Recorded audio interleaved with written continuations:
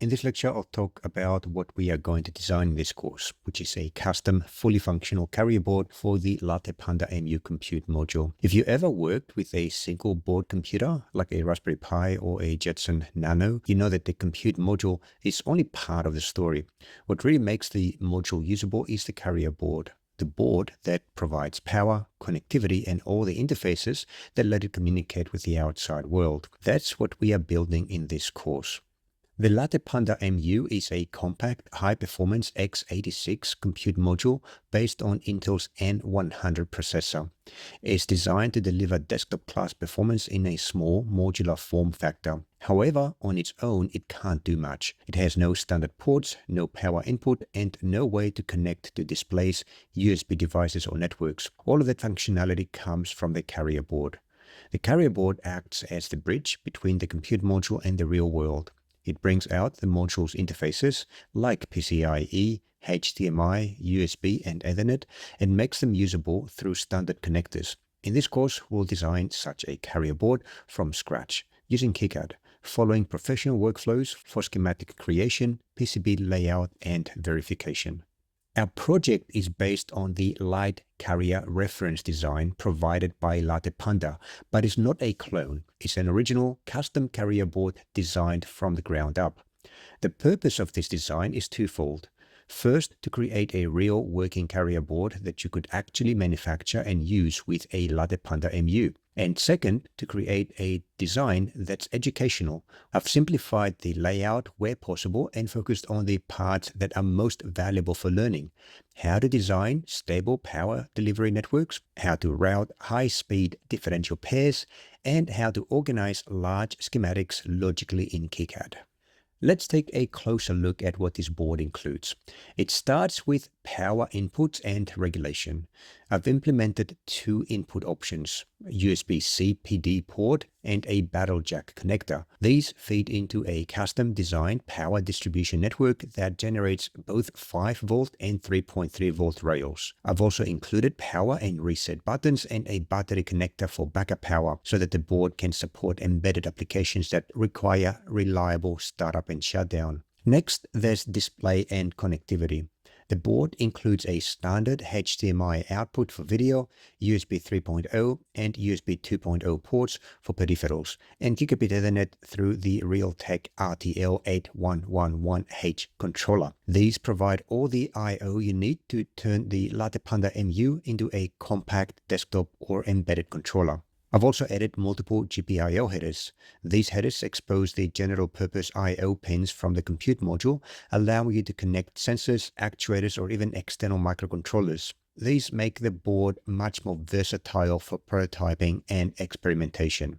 And finally, I've included a CPU fan connector with PWM control and simple power and reset circuits that can be easily understood and replicated. Each subsystem demonstrates a practical design principle that you can use in future projects. I also want to talk about the design choices that made this board practical to build and ideal for learning. One key decision was to omit the PCIe X4 interface. In the reference board, PCIe adds significant routing complexity and increases the board size by a little. By removing it, I reduced the unnecessary difficulty while still preserving the high-speed design challenges of USB 3, HDMI, and Ethernet. This trade-off makes the course more focused and achievable without losing educational value. Every part of the design, schematic, and layout has been done manually. There's no auto-routing and no reused sub-circuits.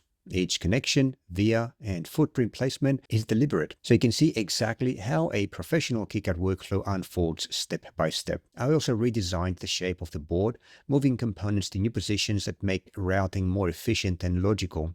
And this shows how mechanical constraints and user preferences influence PCB layout. Finally, I've added extra GPIO headers to increase flexibility and experimentation potential. That's something that the reference light carrier doesn't provide.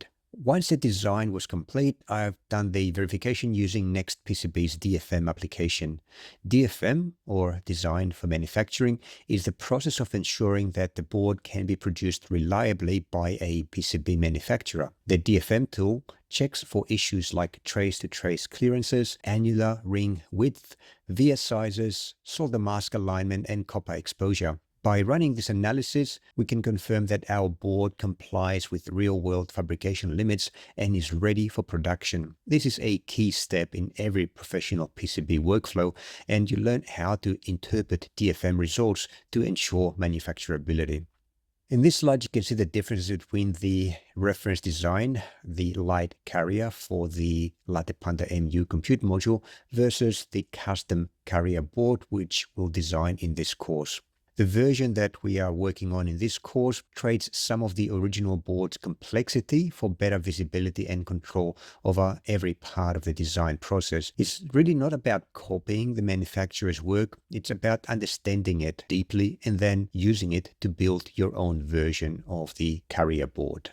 I've structured this design for teaching and mastery. You learn how to create a schematic with clear hierarchy and documentation, how to lay out high-speed interfaces while maintaining impedance and ground integrity, how to apply best practices for power distribution, decoupling, and copper pores, and how to verify the design using DFM tools before manufacturing. And I've designed this course so that by the time that you complete it, you'll have the skills and workflow discipline to design any compute module-based board, whether it's x86 like the LattePanda or an ARM-based design like the Raspberry Pi compute module series. Now, as far as the deliverables are concerned, at the end of this course, you'll have a complete KiCad project, including schematic, layout, and fabrication files, a design that can be sent directly to a PCB manufacturer for production, a working understanding of the trade-offs that define modern compute hardware design, and most importantly, the confidence and methodology to work on your own advanced board projects. To summarize, in this course, we are not just following a schematic. We are building a custom high-speed carrier board that's both educational and manufacturable. Every decision, from omitting PCIe to verifying with DFM, are made to help you focus on what truly matters in modern PCB design. And as an added bonus, I left in all of my mistakes, which of course I fixed. In the next lecture, we'll look at the LattePanda light carrier reference design in detail. We'll analyze its schematic, layer stack-up, and component organization. And we'll see how we'll adapt those ideas into our custom implementation.